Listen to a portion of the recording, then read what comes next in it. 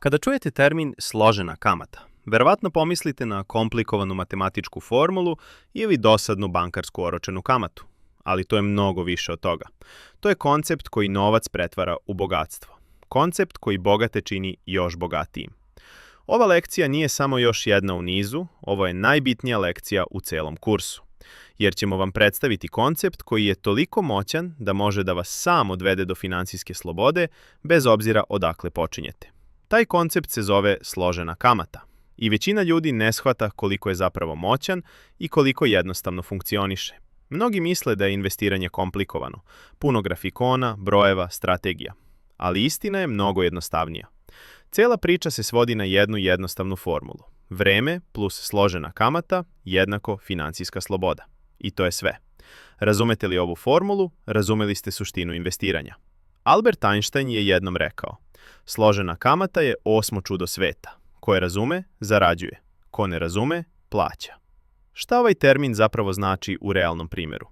Setite se drugog razloga zbog kog ljudi investiraju. Potreban ti je novac da bi napravio novac. Hajde da pogledamo konkretan primjer.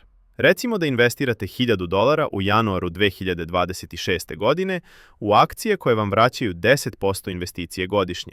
U januaru 2027. godine imate $1100, zaradili ste $100.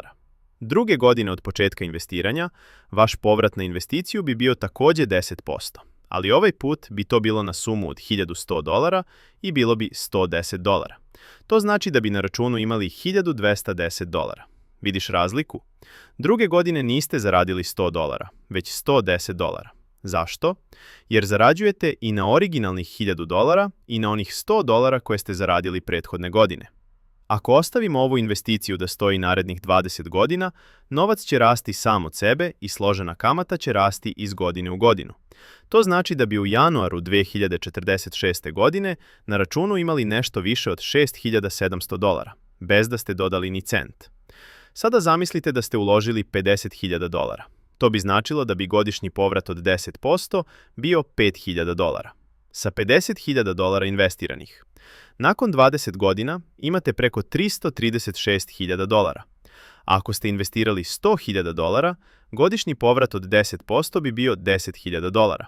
Sa $100.000 investiranih. Nakon 20 godina imate preko $672.000. Ovo je odličan primjer složene kamate i primjer definicije.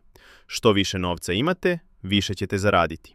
Što više novca imate, moć složene kamate će biti očiglednija.